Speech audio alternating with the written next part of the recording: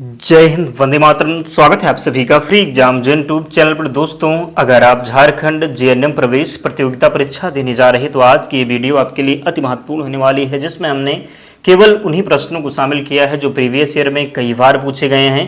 तो आपको सेशन में अंत तक बने रहना है और अंत में कमेंट करके अपना स्कोर जरूर बताना है। तो चलिए आज के सेशन को प्रारंभ करते हैं।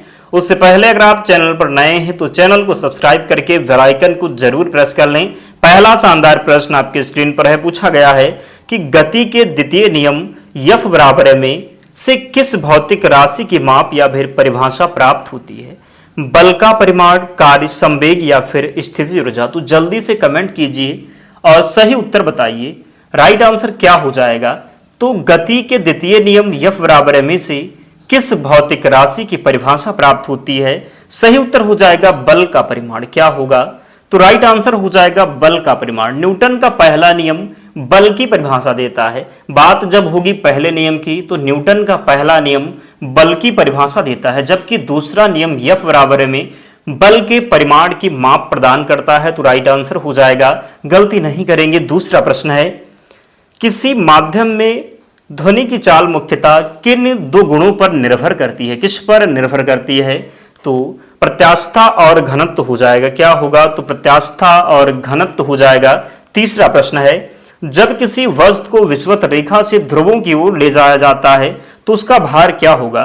तो विषुवत रेखा से ध्रुवों की ओर जब ले जाया जाएगा तो क्या हो जाएगा? तो बढ़ता है। क्या होता है? तब बढ़ेगा। क्या होगा?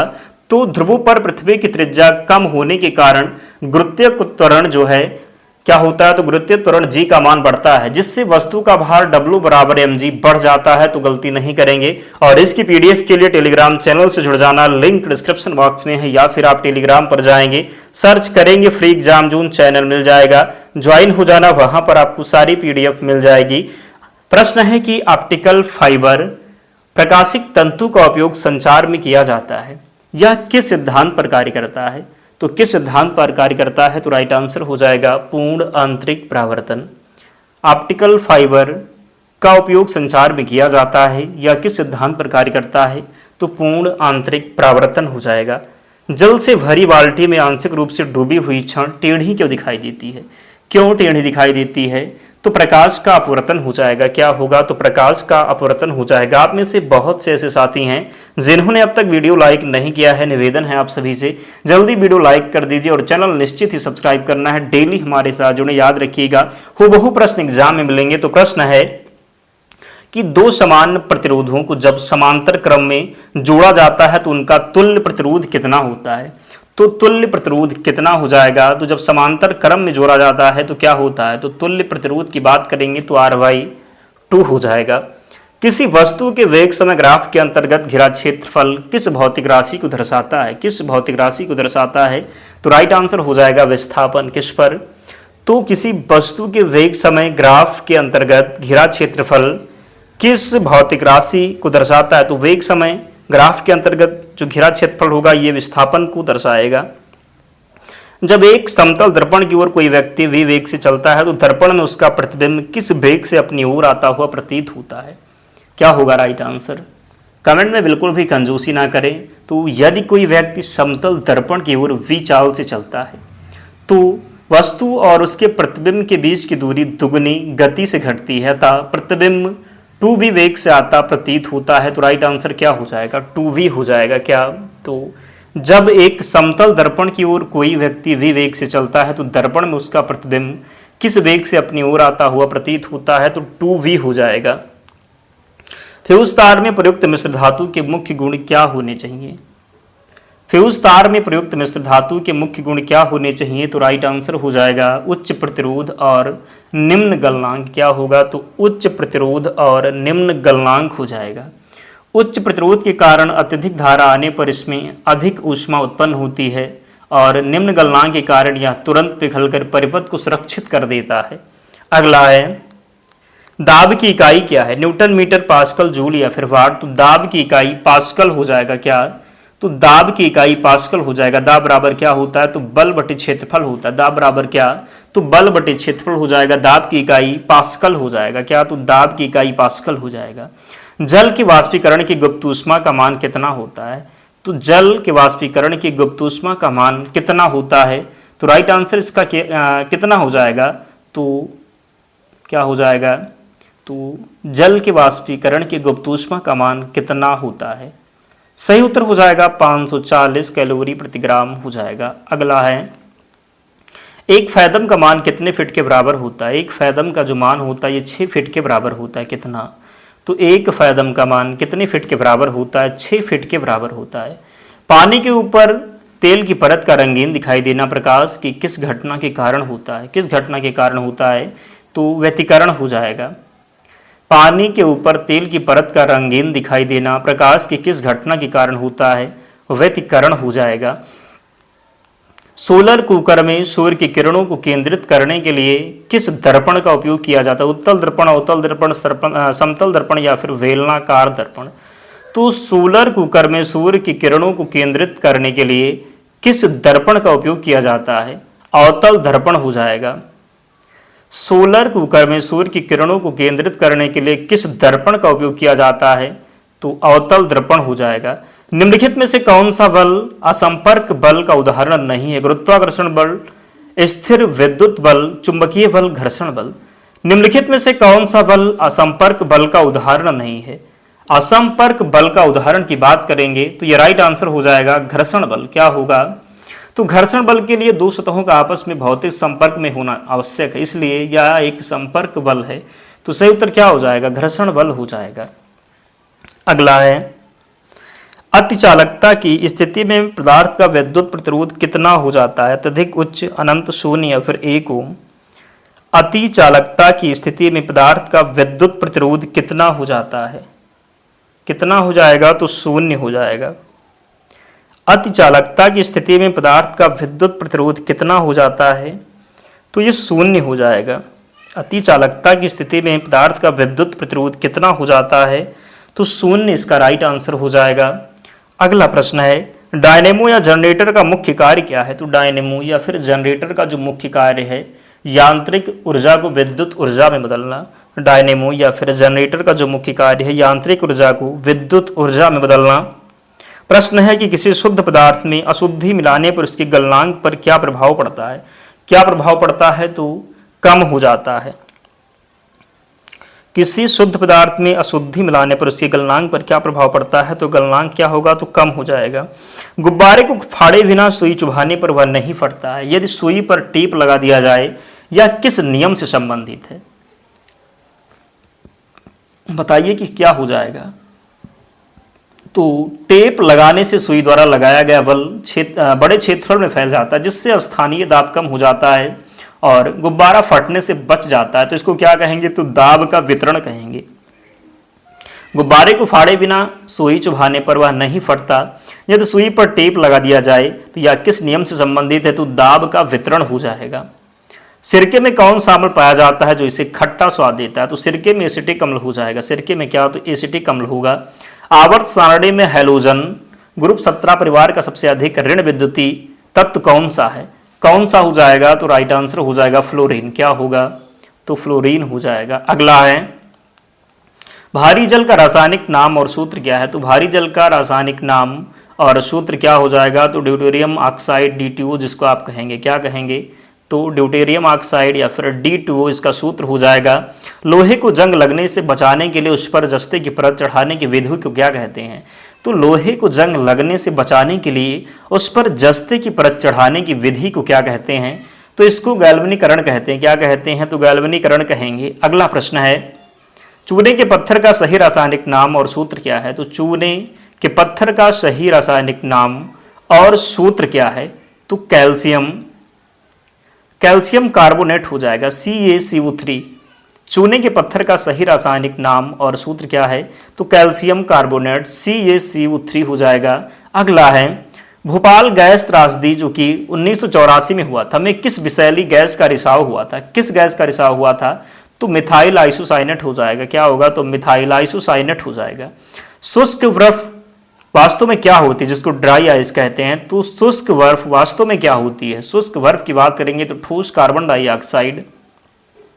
शुष्क बर्फ वास्तव में क्या होती है? तो ठोस कार्बन डाइऑक्साइड पीएच स्केल का मान 7 से कम होना क्या दर्शाता है? पीएच स्केल का मान 7 से कम होना क्या दर्शाता है? तो जब 7 से कम होगा तो अम्लीय विलयन होगा, 7 से ज्यादा होगा तो क्षारीय हो जाएगा, और जब 7 होगा तो उदासीन होगा। आतिशबाजी में हरा रंग किस धातु के लवण की उपस्थिति के कारण उत्पन्न होता है? क्या हो जाएगा? तो सही उत्तर हो जाएगा वेरियम। आतिशबाजी में वेरियम लवण के कारण हरा रंग और एस्ट्रोसियम लवण के कारण गहरा लाल रंग होता है। क्या होता है? तो गहरा लाल रंग उत्पन्न होता है। तो आतिशबाजी में हरा रंग किस धातु के लवण की उपस्थिति के कारण उत्पन्न होता है? सही उत्तर हो जाएगा वेरियम। क्या हो जाएगा? तो राइट आंसर वेरियम हो जाएगा। प्रामाणिक नाभिक की खोज किस वैज्ञानिक ने अपने अल्फा कण प्रकरण प्रयोग द्वारा की थी? J Thomson, Rutherford, Niels Bohr, Chadwick. क्या होगा? तो राइट आंसर हो जाएगा रदरफोर्ड। परमाणिक नाभिक की खोज किस वैज्ञानिक ने अपने अल्फा कण प्रकरण प्रयोग द्वारा की थी? तो रदरफोर्ड हो जाएगा। क्या होगा? तो रदरफोर्ड हो जाएगा। अर्नेस्ट रदरफोर्ड ने 1911 में सोने की पतली पन्नी पर अल्फा कणों की बमबारी करके परमाणु के केंद्र में धनावेशित नाभिक की खोज की थी। प्राकृतिक गैस का मुख्य घटक क्या है? तो प्राकृतिक गैस का मुख्य घटक हो जाएगा मीथेन। क्या हो जाएगा? तो मीथेन हो जाएगा। प्राकृतिक गैस का मुख्य घटक क्या है? तो मीथेन हो जाएगा। जल की अस्थायी कठोरता किस लवण की उपस्थिति के कारण होती है? जल की अस्थायी कठोरता किस लवण की उपस्थिति के कारण होती है? किस लवण की उपस्थिति के कारण? तो सही उत्तर हो जाएगा कैल्शियम व मैग्नीशियम के बाइकार्बोनेट हो जाएगा। जल की अस्थायी कठोरता किस लवण की उपस्थिति के कारण होता है? सही उत्तर क्या हो जाएगा? तो कैल्शियम व मैग्नीशियम बाइकार्बोनेट हो जाएगा। कैल्शियम व मैग्नीशियम बाइकार्बोनेट। जर्मन सिल्वर मिश्र धातु में निम्नलिखित में से कौन सी धातु नहीं होती? तांबा, जस्ता, निकल या फिर चांदी। तो जर्मन सिल्वर मिश्र धातु में निम्नलिखित में से कौन सी धातु नहीं होती है? तो चांदी नहीं होती है। क्या? तो चांदी हो जाएगा। जर्मन सिल्वर मिश्र धातु में निम्नलिखित में से कौन सी धातु नहीं होती है? तो चांदी इसका राइट आंसर हो जाएगा। अगला प्रश्न है, गुब्बारे और हवाई जहाजों के टायरों में हीलियम गैस क्यों भरी जाती है? क्यों भरी जाती है? तो हल्की और अज्वलनशील होती है। किस लिए भरी जाती है? तो गुब्बारे और हवाई जहाजों के टायरों में हीलियम गैस क्यों भरी जाती है? तो हल्की और अज्वलनशील होती है, इसलिए भरी जाती है। क्यों? तो हल्की और अज्वलनशील होती है। फलों के कृत्रिम रूप से पकाने के लिए किस गैस का उपयोग किया जाता है? तो किस गैस का उपयोग करते हैं? तो एथिलीन हो जाएगा। क्या? तो एथिलीन या फिर एसिटिलीन हो जाएगा। अगला है, रक्त समूह एवीओ की खोज किसने की थी? किसने की थी? तो राइट आंसर होगा कार्ल लैंडस्टीनर ने। किसने? तो कार्ल लैंडस्टीनर राइट आंसर होगा। प्रश्न है कि पौधे में जल का परिवहन जाइलम द्वारा और जबकि निर्मित भोजन का संवहन किसके द्वारा होता है?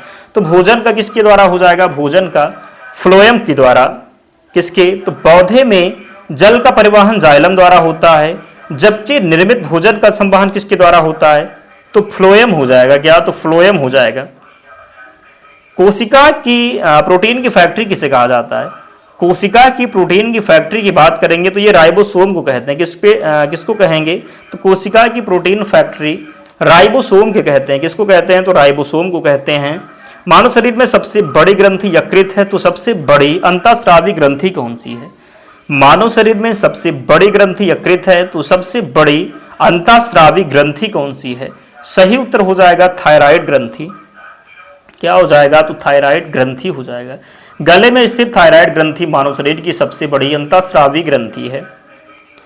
प्रकाश संश्लेषण की क्रिया में पौधों द्वारा अवशोषित गैस कौन सी है? प्रकाश संश्लेषण की क्रिया में पौधे द्वारा अवशोषित गैस की बात करेंगे तो ये कार्बन डाइऑक्साइड हो जाएगा। क्या? तो प्रकाश संश्लेषण की क्रिया में पौधों द्वारा अवशोषित गैस कौन सी है? तो कार्बन डाइऑक्साइड हो जाएगा। क्या हो जाएगा? तो कार्बन डाइऑक्साइड। मानव हृदय के किस कोष्ठ में शुद्ध ऑक्सीजन युक्त रक्त फेफड़ों में आकर सबसे पहले पहुंचता है? सही उत्तर हो जाएगा बायां अलिंद। क्या? तो मानव हृदय के किस कोष्ठ में शुद्ध ऑक्सीजन युक्त रक्त फेफड़ों से आकर सबसे पहले पहुंचता है? तो बायां अलिंद हो जाएगा। किससे? तो बायां अलिंद हो जाएगा। विटामिन B1 की कमी से कौन सा रोग होता है? तो विटामिन B1 की कमी से कौन सा रोग होता है? तो वेरी वेरी हो जाएगा। क्या हो जाएगा? तो वेरी वेरी हो जाएगा।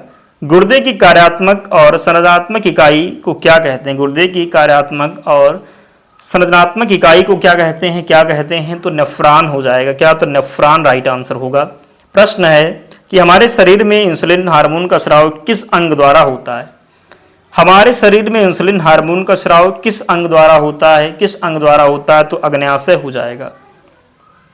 हमारे शरीर में इंसुलिन हार्मोन का स्राव किस अंग द्वारा होता है, अग्न्याशय राइट आंसर हो जाएगा। क्या होगा, तो अग्न्याशय हो जाएगा। बीसीजी का टीका किस बीमारी से बचाव के लिए शिशुओं को लगाया जाता है। बीसीजी का टीका किस बीमारी से बचाव के लिए शिशुओं को लगाया जाता है, राइट आंसर क्या हो जाएगा, तो सही उत्तर होगा टीबी। क्या, तो टीबी हो जाएगा। बीसीजी का टीका किस बीमारी से बचाव के लिए शिशुओं को लगाया जाता है, तो क्या हो जाएगा, सही उत्तर इसका हो जाएगा टीबी यानी क्षय रोग हो जाएगा।